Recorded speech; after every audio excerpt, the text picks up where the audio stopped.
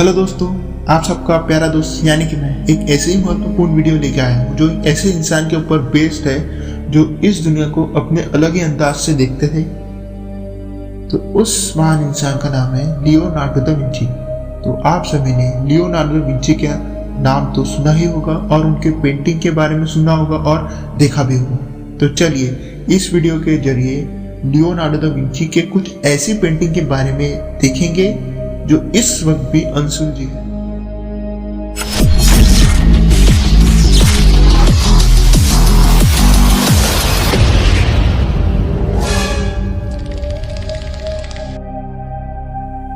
तो दोस्तों, आप सभी मुझे यह बोलोगे कि यह वीडियो में ऐसा क्या खास है, क्योंकि हम तो लियोनार्डो दा विंची के बारे में बहुत सारी बातें जानते हैं, उनकी पेंटिंग के बारे में भी बहुत सारी बातें जानते हैं।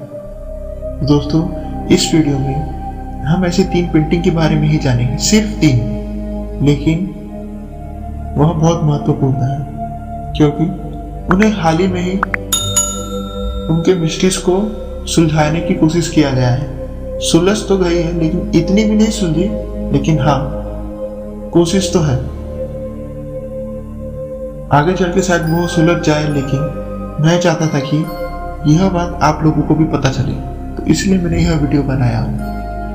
दोस्तों, मैं चाहूंगा कि आप यह वीडियो पूरा अंत तक देखें, क्योंकि जो मेरी फेवरेट पेंटिंग है लियोनार्डो दा विंची की, मैंने उसे 3 नंबर पे रखा है और उसकी मिस्ट्री भी बहुत अच्छी है। मैं नहीं चाहता कि आप वह मिस्ट्री को मिस करें, इसलिए वीडियो अंत तक देखें और मैं ऐसी आशा रखूंगा कि आपको यह वीडियो पूरी पसंद आए।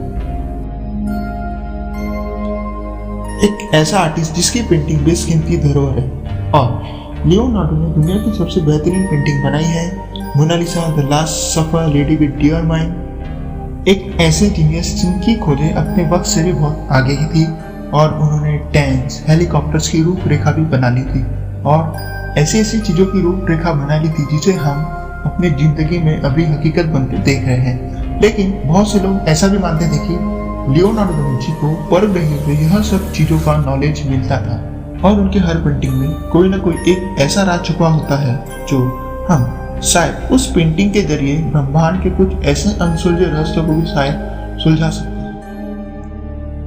15 अप्रैल 1452 लियोनार्डो डिसेरो पियरो दा विंची एक सामंत और उनकी नौकरानी के नाजायज औलाद थे, और उनका जन्म विंची इटली में हुआ। और आप सभी तो समझ ही गए होंगे कि विंची किनके औलाद थे। वहां पर अगर किसी बच्चे को उनके पिता का नाम नहीं मिलता था तो उसका लास्ट नेम उनके शहर का नाम बन जाता था, और वह ये भी जानते थे कि उन्हें किसी खानदान का नाम नहीं मिला है, इसलिए वो आधिकारिक रूप से भी अलग रहते थे और वो अपनी मर्जी से कुछ भी सोच सकते थे।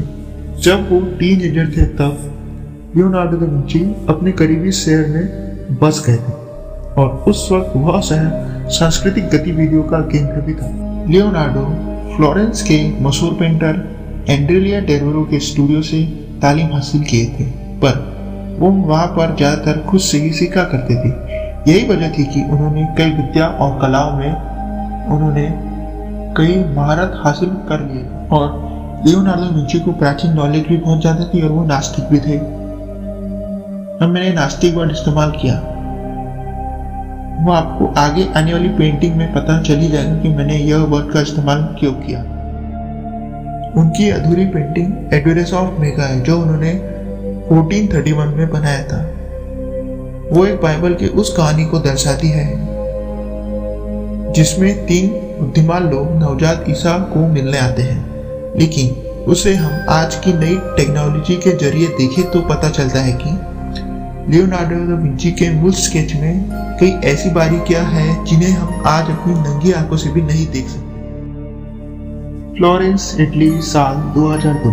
यहाँ पर इंफ्रारेड डायग्नोस्टिक्स के माध्यम से डॉक्टरों ने यह पता लगाया कि लियोनार्डो के पेंटिंग के नीचे भी कुछ छुपा हुआ है। इंफ्रारेड के जरिए देखा गया कि पेंटिंग में बहुत सी क्रिएटिविटी है, और उस पेंटिंग में डॉक्टरों को बहुत सारे दर्जनों आकृतियां भी नजर आई, और उस पेंटिंग में लड़ते घोड़े भी नजर आए, और कुदरत की खूबसूरती भी नजर आई, और आर्किटेक्ट नजरिया भी उन्हें देखने को मिला, और हम लोग उसे साधारण अपने आंखों से नहीं देख सकते थे, क्योंकि वो चीज पेंटिंग के एक ब्राउनिश मोनोक्रोम परत के जरिए छुपाई गई थी।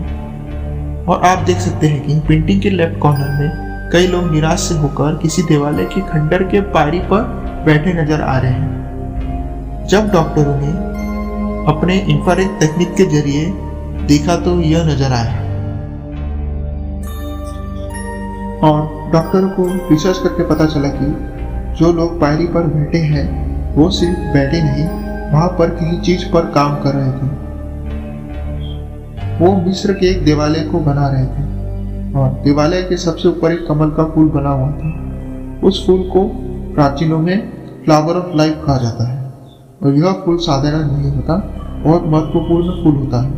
और इससे हम ब्रह्मांड की रचना और इंसान की उत्पत्ति कैसे हुई उस फूल के जरिए हम पता लगा सकते हैं। और बहुत से ज्ञानी लोग तो उसे एडवांस सुपर कॉन्शियसनेस का प्रतीक भी मानते हैं, जो एक ऐसा तरीका है जिससे हम परग्रहियों से कांटेक्ट या उनसे हम संपर्क कर सकते हैं। और लियोनार्डो विंची इन सब चीज़ों के दीवाने भी थे, और शायद उनके जीवन से जुड़ी तमाम खगोलिक गतिविधियों के राज भी शायद उन्होंने जान लिए थे। तो आपको क्या लगता है, लियोनार्डो दा विंची अपने पेंटिंग में ऐसा कुछ बातें तो नहीं जिससे हम ब्रह्मांड के रहस्य को शायद सुलझा सकते हैं? और अपने विचार कमेंट करके जरूर बताएं। और ऐसा बोला जाता है कि लियोनार्डो के जीवन की पूरी जानकारी मौजूद है, पर उनके सिर्फ 2 साल की जानकारी मिसिंग है। और ऐसा भी बोला जाता है कि उनके 2 साल की जो जानकारी है उनके एक डायरी के वाक्य से भी जुड़ी हुई है। तो लियोनार्डो की डायरी में ऐसा क्या लिखा था, चलिए देखते हैं। लियोनार्डो के डायरी के अनुसार वो एक गुफा के सामने खड़े थे और उन्हें उस गुफा के अंदर जाने की इच्छा हुई। तो लियोनार्डो के इच्छा के अनुसार वह गुफा में घुसे और उन्होंने देखा कि वहां पर कुछ परग्रही मौजूद हैं, और उन्होंने उनसे बात करने के लिए आगे गए और उन्होंने उनसे बात भी की। और ऐसा बोला जाता है कि परग्रहियों ने उन्हें कुछ ऐसा बताया कि उनसे वो महान इंसान कहलाए गए। अब चलते हैं अपने नेक्स्ट पेंटिंग में।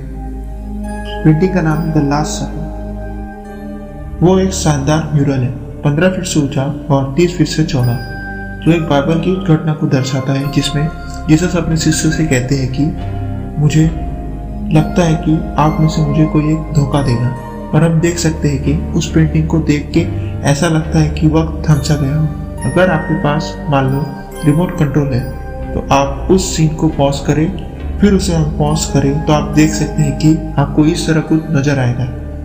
अगर आपने पेंटिंग को गौर से देखा होगा तो आपको दिखा होगा कि जीसस के बगल में एक औरत बैठी है, और आप मुझसे पूछोगे कि भाई आपको कैसे पता कि वो एक औरत ही है, क्योंकि इस पेंटिंग को देख के बताना कि कौन पुरुष है और कौन औरत यह थोड़ा मुश्किल तो है। और लियोनार्डो ने बताया है कि अगर किसी महिला को पेंटिंग में दिखाना हो तो उनकी आंखें नीची हो और उनका चेहरा एक साइड से झुका हुआ हो और उनके चेहरे में एक हल्की सी स्माइल हो।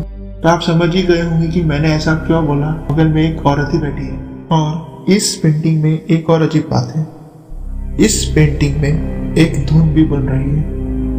आप सबने देखा होगा कि पेंटिंग में जो खाने का टेबल है उस पर कुछ खाने की चीज रखी है, आलू जैसी दिख रही होगी, उससे एक धुन भी बन रही है। अगर हम आलू जैसी चीज को जोड़ के देखें तो हमें नजर आता है कि एक धुन बन रही है। आइए देखते हैं कि इंसान ने उस धुन को उस पेंटिंग के अंदर कैसे पहचाना।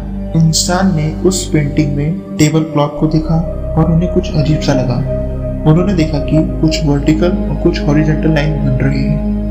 वह थोड़ी अजीब बात थी। उन्होंने संगीतकार को भी दिखाया और संगीतकार ने बोला यह एक म्यूजिकल पेंटाग्राम है, और अभी के वक्त में पेंटाग्राम को बोला जाता है म्यूजिकल स्टिक। और इंसानों ने देखा कि उस पेंटिंग में जो जीसस के शिष्य है जो टेबल के चारों ओर बैठे हैं, उनके जो हाथ है वो जो आलू जैसी चीज है उनके साथ वो अलाइनमेंट बना रहे हैं। जो जीसस के शिष्य हैं उनके हाथ और जो आलू जैसी चीज है उनसे एक पूरी धुन बन रही थी। और लियोनार्डो की आदत थी कि वह बाएं से दाएं लिखते थे और वह धुन भी बाएं से दाएं थी। आपको क्या लगता है लियोनार्डो अपने उस धुन के साथ हमें कुछ संदेश तो नहीं देना चाहते थे? प्लीज हमें कमेंट करके जरूर बताएं। अब बात करते हैं लियोनार्डो दा विंची की लास्ट पेंटिंग के बारे में। इस पेंटिंग को देख के बताना थोड़ा मुश्किल है कि वह एक पुरुष की है या एक औरत की। और यह पेंटिंग को लाइट में देखे तो ऐसा लगता है कि वह लाइट से चमकता है। और इस पेंटिंग का नाम है जॉन द बैप्टिस्ट। और इस पेंटिंग के बारे में हाल ही में चौंका देने वाला खुलासा हुआ है। और हम देख सकते हैं कि हम एक मिरर के जरिए उस पेंटिंग का डबल इमेज बनाए और फिर एक एनहांस प्रोसेस के जरिए देखा गया कि उसके अंदर एक परग्रही का चेहरा नजर आया। तो आप सभी को ये रोमांचक जानकारी जान के कैसा लगा कमेंट में जरूर बताएं। और आप अगर इस चैनल में नए हैं तो प्लीज लाइक करें, शेयर करें, सब्सक्राइब करें और बेल आइकन दबाएं ताकि आप सभी को हमारी आगे आने वाली वीडियोस की नोटिफिकेशन मिल सके। और यह वीडियो पूरा देखने के लिए आप सभी का धन्यवाद।